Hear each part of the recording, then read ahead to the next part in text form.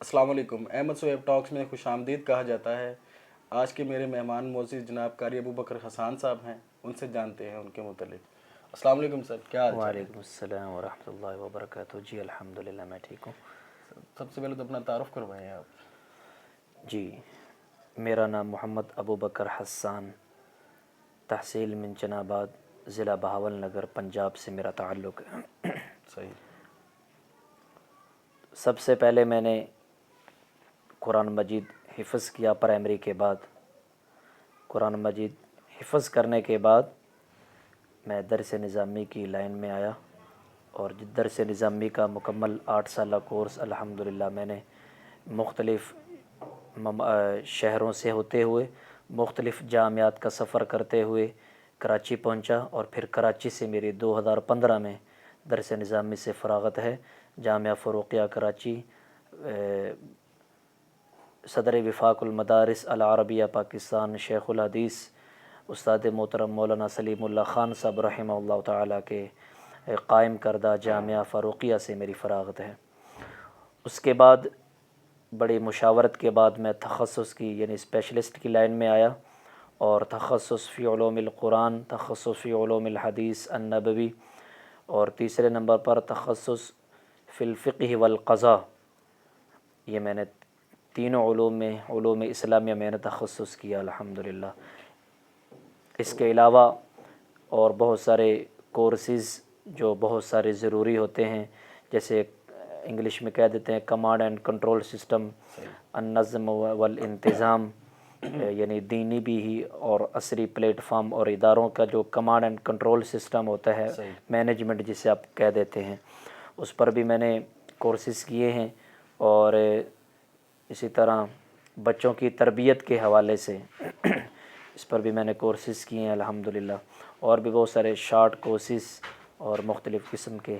اور اس کے علاوہ شعبہ تجوید و قراءت سے بھی میرا الحمدللہ خاصہ تعلق ہے، اور یہاں منچن آباد اپنے شہر میں آنے کے بعد میرا تقریباً نمایاں تعارف یہی ہے الحمدللہ۔ ماشاءاللہ۔ تو آپ نے قرآن کو ہی، قرأت کو ہی کیوں چوز کیا ہے؟ جی اس کی ایک خاص وجہ ہے جی، وہ یہ ہے کہ میرے استاد محترم حضرت مولانا قاری محمد الیاس صاحب رحمۃ اللہ علیہ جامعہ صادقیہ عباسیہ منچن آباد کے شعبہ تجوید و قراءت کے صدر رہے ہیں۔ ماشاءاللہ۔ تو ان کے دنیا سے چلے جانے کے بعد ان کی جو جگہ تھی، ان کی مسند خالی ہو گئی، اور میں اس وقت کراچی میں اپنے تدریس کے فرائض سر انجام دے رہا تھا اور اللہ پر خدمت لے رہا تھا۔ تو اسی اثنا میں 2 بڑے واقعے ہوئے۔ میرے والد صاحب اللہ کو پیارے ہوئے، اور مجھے میری ضرورت محسوس ہوئی کہ میں اپنے گھر میں آ کر اپنی فیملی کے قریب رہ کر میں یہاں اپنے کام کروں۔ اور دوسرے نمبر پر استاد محترم حضرت مولانا قاری محمد الیاس صاحب رحمۃ اللہ علیہ جب دنیا سے چلے تو ان کی مسند بھی خالی ہوئی۔ تو چونکہ الحمدللہ مختلف علوم و فنون میں میں کافی بحمد اللہ تعالیٰ، یہ تحدیث بن نعمت کے طور پر کہتا ہوں، میں کام کر سکتا تھا۔ تدریس کسی بھی علم و فن کی کتاب کی تدریس میں کر سکتا تھا، لیکن یہاں چونکہ ضرورت تھی، اور قرآن مجید چونکہ تمام کتابوں کی سردار ہے، اور پھر تمام علوم و فنون کا منبع سرچشمہ قرآن مجید ہی ہے، تو تجوید و قراءت کی ویسے بھی ہمارے اس ایریے کے اندر، ہمارے اس علاقے کے اندر بہت زیادہ ضرورت تھی۔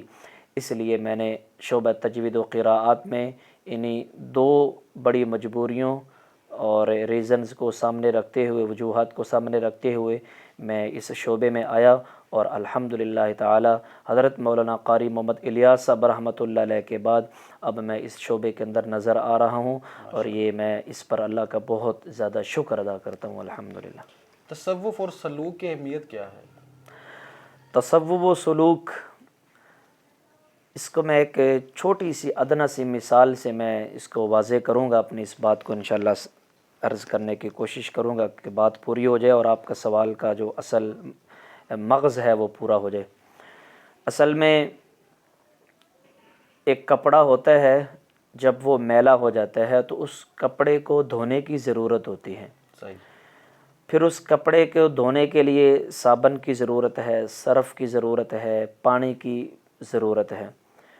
تو جیسے سرف، صابن اور پانی کی ضرورت ہے، تو ان 3-4 چیزوں کے اندر جس سے کپڑا صاف ہوتا ہے، پھر اس میں پانی بہت اہمیت کا حامل ہے۔ صرف سرف لگا دیا جائے کپڑا کبھی بھی صاف نہیں ہو سکتا، صرف صابن لگا دیا جائے بالکل صاف نہیں ہو سکتا۔ اس میں جو سب سے بنیادی چیز ہے کپڑے کو صاف کرنے کے لیے، اس کو دھونے کے لیے، وہ ایک پانی ہے۔ بالکل اسی طرح انسان کی اپنی روح کو اچھا بنانے کے لیے، انسان کو اپنے ایک اصل انسان کی شکل میں آنے کے لیے، کہ انسان اصلی انسانیت کے روپ میں ڈھل جائے، اس کے لیے بہت ساری چیزیں ہیں۔ مثلاً قرآن مجید کا علم ہے، حدیث مبارکہ کا علم ہے، علوم فقہ کا علم ہے، اور بھی بہت سارے طریقے اور راستے ہیں۔ اسی طرح شریعت کے بہت سارے احکامات ہیں۔ نماز ہے، یہ بھی انسان کو پاک صاف کرتی ہے، روزہ ہے، یہ بھی انسان کو پاک صاف کرتا ہے، دیگر احکامات ہیں۔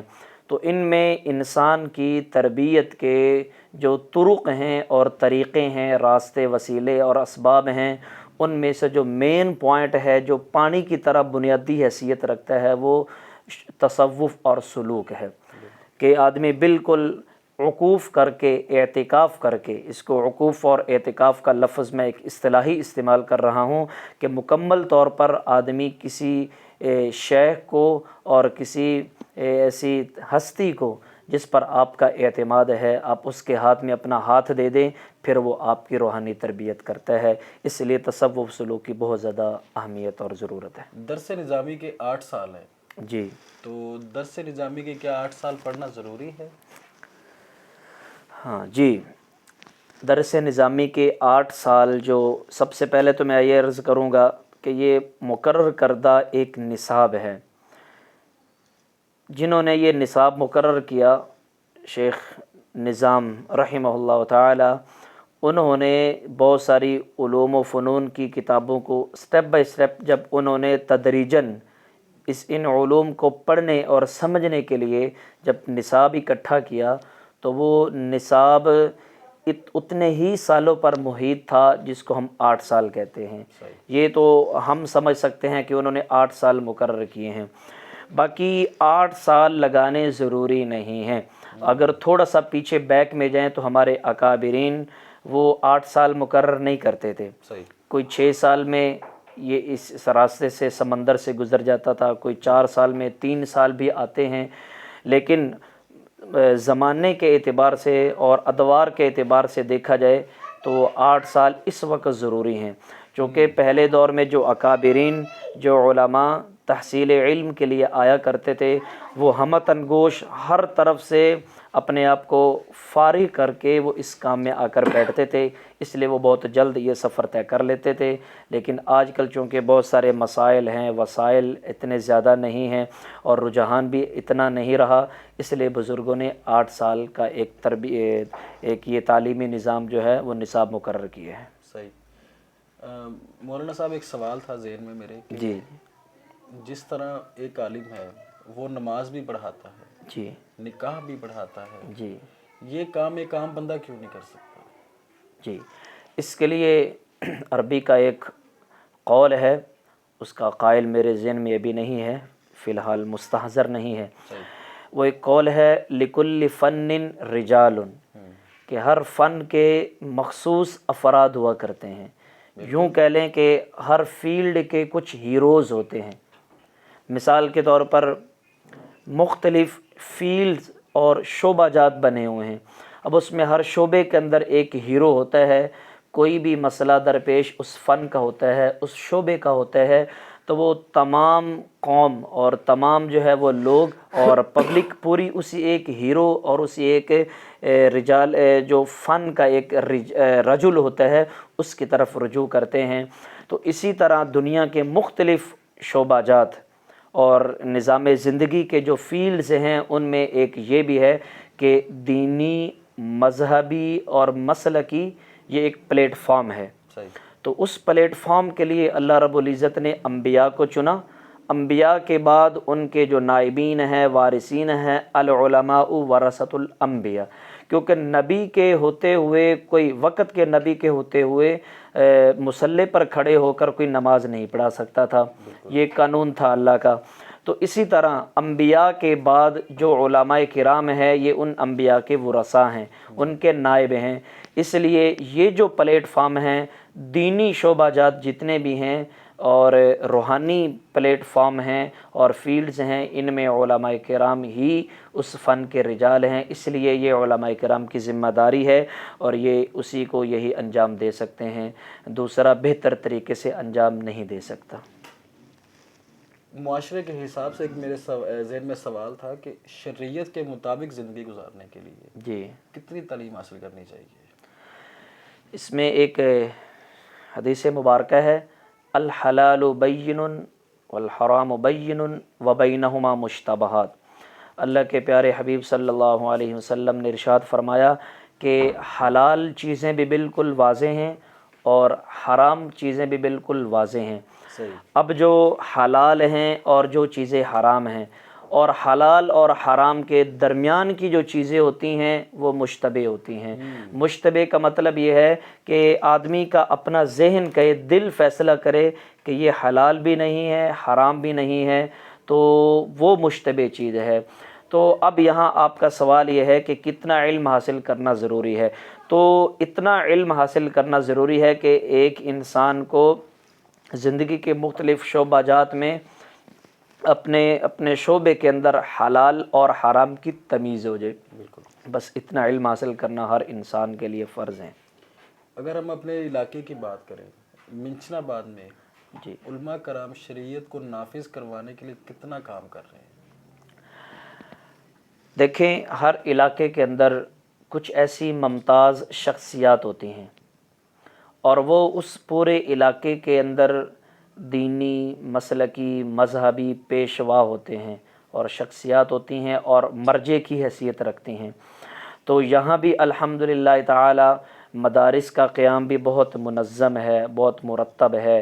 مساجد کا قیام بھی ہر گلی محلے کوچے کے اندر مساجد کا نظام بھی بہت منظم اور مرتب ہے الحمدللہ۔ پھر اسی طرح ایک پلیٹ فارم اللہ نے ہمیں اس پرفتن دور میں تبلیغی جماعت کا دیا ہے، تو تبلیغی جماعت جو خالصتاً لوجہ اللہ الکریم، اللہ تعالیٰ کی رضا کے لیے جو ایک کام کر رہے ہیں، وہ کام بھی الحمدللہ ہمارے شہر کے اندر بہت کامیاب حد تک الحمدللہ چل رہا ہے۔ تو منچنا دیگر ممالک، دیگر شہروں کی طرح، صوبہ جات کی طرح، دیگر علاقوں کی طرح الحمدللہ ہمارے شہر منچن آباد کے علاقے کے اندر بھی حضرات علماء کرام یہ کام بہت احسن طریقے سے سر انجام دے رہے ہیں۔ آج کل ایک سوشل میڈیا پر چل رہا ہے کہ انڈیا کی ایک لڑکی ہے جس کا نام عائشہ تھا، جی، تو اس کو میڈیا پر بڑا سراہا جا رہا ہے، جی، تو خودکشی کر لی ہے اس نے۔ جی، اس کے متعلق اسلام کی کیا رائے ہے؟ دیکھیں، خودکشی کے بارے میں جو حکم ہے شریعت کا، وہ حرام کا ہے کہ اپنی جان خود لے لینا، اپنے آپ کو موت کے حوالے از خود کر دینا، یہ حرام ہے۔ اب اس حکم کے اندر اطلاق ہے، یہ مطلق قانون ہے، اس میں یہ نہیں آیا کہ انسان جب اپنی زندگی سے تنگ آ جاتا ہے، پریشانیوں کا شکار ہو جاتا ہے، تو اس کے لیے کچھ گنجائش ہے خودکشی کرنے کی۔ ایسی کوئی استثناء اور ایسا کوئی حکم جو اس سے استثناء ہو، ایسا کوئی حکم نہیں آیا، بلکہ مطلق حکم ہے کہ انسان کو اپنے آپ کو نہ موت کے حوالے کرنا چاہیے، نہ موت کی طلب کرنی چاہیے، یہ دونوں چیزیں ممنوع ہیں۔ کیونکہ اللہ تعالیٰ نے زندگی دی ہے، اللہ تعالیٰ نے ایک زندگی دی ہے، یہ ایک اللہ کی نعمت بھی ہے اور امانت بھی آپ کہہ سکتے ہیں۔ دوسری سب سے بڑی بات یہ ہے کہ خودکشی کرنا یہ ایک الگ چیز ہے، یہ ایک الگ ٹاپک ہے۔ زندگی کے اندر انسان کی لائف کے اندر جو پریشانیاں آتی ہیں، جو مصائب، آفات، بلیات، یہ جو مصیبتیں آتی ہیں، پریشانیاں آتی ہیں، ان پر صبر کرنے پر اللہ نے اجر رکھا ہے۔ بالکل۔ چائے لیں آپ، چائے ٹھنڈی ہو۔ جی جی جی جی، میں لے لیتا ہوں، جزاک اللہ۔ بچوں کی تربیت کے لیے ماں باپ کو کیا کرنا چاہیے؟ اللہ ٹاپک بہت آپ نے بہت امپورٹنٹ ویری امپورٹنٹ اپنے کویسچن اور سوال اٹھایا ہے. بچوں کی تربیت کرنا میں اپنے الفاظ میں کہتا ہوں کہ والدین کے اوپر فرض عین ہے، کیونکہ بچے ایک نعمت ہیں والدین کے لیے. اگر والدین اپنے بچوں کی صحیح تربیت اور پرورش نہیں کرتے، دینی، مذہبی، روحانی ان کی تربیت نہیں ہوگی، تو یہی بچے اپنے والدین کے لیے وبال جان بن سکتے ہیں، دنیا میں بھی اور آخرت میں بھی.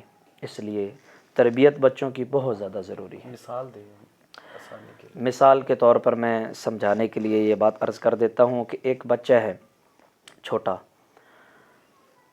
اب وہ اس بچے کی پیدائش کے بعد اس کے گھر کے اندر اس کو دینی ماحول نہیں ملتا جی. صحیح. دینی ماحول اس کی بچپن میں بھی نہیں ملا، لڑکپن میں نہیں ملا، اس کی جوانی میں نہیں ملا. تو اب جو وہ گناہ کرے گا یہ والدین کے سر جائیں گے. اللہ. اس لیے میں بس اتنا ہی اس بات کو ادھر ہی کلوز کرتا ہوں، انتہائی ضروری ہے. لاسٹ میں ہمارا ایک ریپڈ فائر ہوتا ہے جس کے اندر ہم مخصوص شخصیات کا ذکر کرتے ہیں اور ان کے متعلق آپ اپنی رائے دیتے ہیں کچھ الفاظ کے اندر. جی. مولانا معین الدین وٹو صاحب، جی. ان کے متعلق بتائیں. مولانا معین الدین وٹو صاحب یہ ایک مذہبی پیشوا، ایک روحانی شخصیت، اور ہمارے اس پورے علاقے کے اندر، ضلع بھر کے اندر، بلکہ پورے ہمارے اس ڈویژن کے اندر ان کا ایک نام ہے ماشاءاللہ. وہ ہر پلیٹ فارم پر وہ خود اپنے آپ کو پیش بھی کرتے ہیں اور پبلک کا ایک مرجع خلائق جسے آپ کہہ سکتے ہیں کہ اس پورے علاقے کی پبلک جو ہے وہ اپنے روحانی تربیت کے لیے، اپنے مسل کی تربیت کے لیے، اپنے عقیدے کی پختگی کے لیے جو بھی آپ کہہ سکتے ہیں وہ رجوع کرتے ہیں تو حضرت مولانا معین الدین وٹو صاحب دامت برکاتہم العالیہ کی طرف کرتے ہیں. الحمدللہ ہمارے لیے یہ بہت امپورٹنٹ شخصیت ہے. مفتی عاصم حفیظ. مفتی عاصم حفیظ صاحب کے بارے میں اتنا عرض کروں گا کہ یہ ایک چڑھتا ہوا روشن ستارہ ہے ماشاءاللہ. اور اللہ پاک نے ان کو جوانی کے اندر ابتدائی عملی لائف کے اندر اللہ پاک نے ان کو بڑی صلاحیتوں سے نوازا ہے. اللہ پاک ان کے علم میں، عمر میں مزید برکتیں عطا فرمائے. پاکستان میں بڑے مقبول ہیں ثاقب رضا مصطفی. جی. ثاقب رضا مصطفی صاحب دنیا کی، پاکستان کی نہیں، بالکل دنیا کی جو معتدل شخصیات ہیں، جو میانہ روی کے ساتھ بات کرتے ہیں، یہ ان میں سے ایک شخصیت ہے. میں اتنا کہوں گا. ناصر مدنی. ناصر مدنی صاحب جی ان شخصیات میں سے ہیں کہ آدمی پریشان بیٹھا ہو اور اپنے مصائب کے اندر بالکل گھٹ چکا ہو تو کچھ لوگ ایسے ہوتے ہیں کہ ان کی باتوں کو سن کر اور ان کے جملوں کو سن کر، ان کے ورڈز کو سن کر آدمی ایک دم باغ ہو جاتا ہے اور جو سوچ رہا ہوتا ہے وہ اس سے آدمی بالکل فری ہو جاتا ہے. تو ناصر مدنی صاحب انہی شخصیات میں سے ایک شخصیت ہیں. مولانا حفیظ الرحمان صاحب. مولانا حفیظ الرحمان صاحب ہمارے شہر منچن آباد اور مضافات کے اندر ایک چڑھتا ہوا نوجوان ستارہ ہے. اللہ پاک اس کی حفاظت فرمائے.